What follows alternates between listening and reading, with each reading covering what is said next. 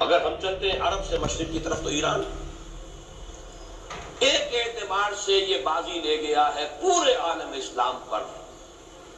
ان کے مذہبی عقائد، ان کی فقہ سے ہمیں جو اختلاف ہے وہ ہے اپنی جگہ پر ہے. آپ کو معلوم ہے میرے بارے میں کسی کو اشتباہ نہیں ہو سکتا اس اعتبار سے. میری جس درجے دشمنی رکھی گئی ہے، جس طرح میرے سر کا جو ہے مطالبہ ہوتا تھا، 2 ہی آدمی تھے پاکستان میں جن کے سر مانگے گئے. ایک کراچی کے وہ شاہ ولی الدین صاحب اور ایک نہیں. تو اس حوالے سے وہ اپنی جگہ پر اختلاف ہے، لیکن اس حقیقت کا اعتراف کیے بغیر نہیں رہا جا سکتا. پورے عالم اسلام میں یہ واحد مسلمان ملک ہے جس نے بہرحال اپنی شریعت، اپنے عقائد کے مطابق ایک مذہبی انقلاب برپا کیا ہے. اور پورے عالم اسلام میں مذہبی سطح پر حکومت کی سطح پر فنڈامنٹلسٹ صرف ایک ملک ہے، یا دوسرا جو ہے تھوڑا سا وہ ہے سوڈان. لیکن اس کی اہمیت اس لیے نہیں کہ وہ کسی عوامی انقلاب سے نہیں بنا، بلکہ وہ تو ایک فوجی انقلاب سے شکل بنی ہے جو بھی بنی ہے. اللہ کرے اس میں استقامت ہو، اس سے یقینی کوئی نتیجہ برآمد ہو جائے. خبریں بھی اچھی آ رہی ہیں، لیکن میں تو دنیا کا جو پرسپیکٹو ہے اس کے حوالے سے عرض کر رہا ہوں کہ اس پہلو سے ایران ان کا ٹارگٹ ہے، ٹارگٹ نمبر 1 ایک خاص اعتبار سے. ٹارگٹ نمبر 1 ایک دوسرے اعتبار سے ہم ہیں، وہ میں بعد میں عرض کروں گا. چونکہ حکومت کی سطح پر فنڈامنٹلزم ہے اور وہ آیا ہے ایک عوامی انقلاب کے نتیجے میں، پھر ان کے پاس تیل کی دولت ہے.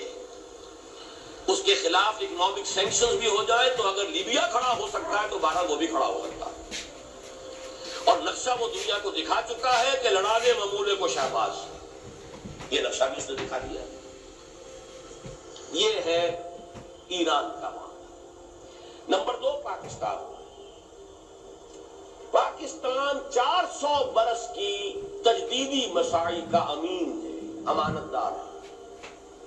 پورے ہندوستان میں مجدد الفسانی رحمت اللہ علیہ، شاہ ولی اللہ دہلوی رحمت اللہ علیہ، سید احمد بریلوی رحمت اللہ علیہ اور ان کا جہاد. پھر اس 20ویں صدی عیسوی میں یا 14ویں صدی ہجری میں علامہ اقبال جیسا مفکر، مولانا مودودی جیسا مصنف، مولانا الیاس جیسا مبلغ، شیخ الہند جیسا مجاہد حریت. پورے عالم اسلام میں ان کا پیرلل کوئی موجود نہیں.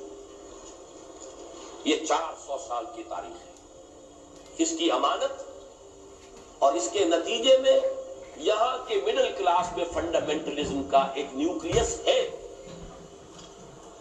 اگرچہ حکومت کی سطح پر کوئی پیش رفت نہیں ہو سکی آج تک، بلکہ اب تو پشپائی ہو رہی ہے، اب پیچھے ہٹ رہے ہیں.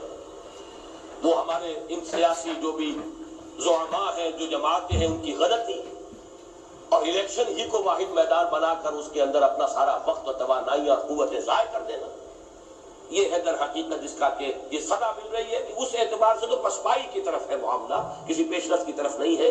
لیکن باہر والے تو دیکھتے ہیں نا کہ اندر کیا کچھ مواد موجود ہے. اگر مڈل کلاس میں وہ فنڈامنٹلزم کا بارود موجود ہے تو کسی بھی وقت اس کے اندر جو ہے وہ کوئی دھماکہ ہو سکتا ہے. دوسری بات جو ان کے لیے ایک اعتبار سے ٹارگٹ نمبر 1 ہمیں بنا رہی ہے وہ ہمارا ایٹمک نو ہاؤ ہے. پورے عالم اسلام میں اور کسی کے پاس نہیں. اسلامی بم اگر بنے گا تو یہی بنے گا.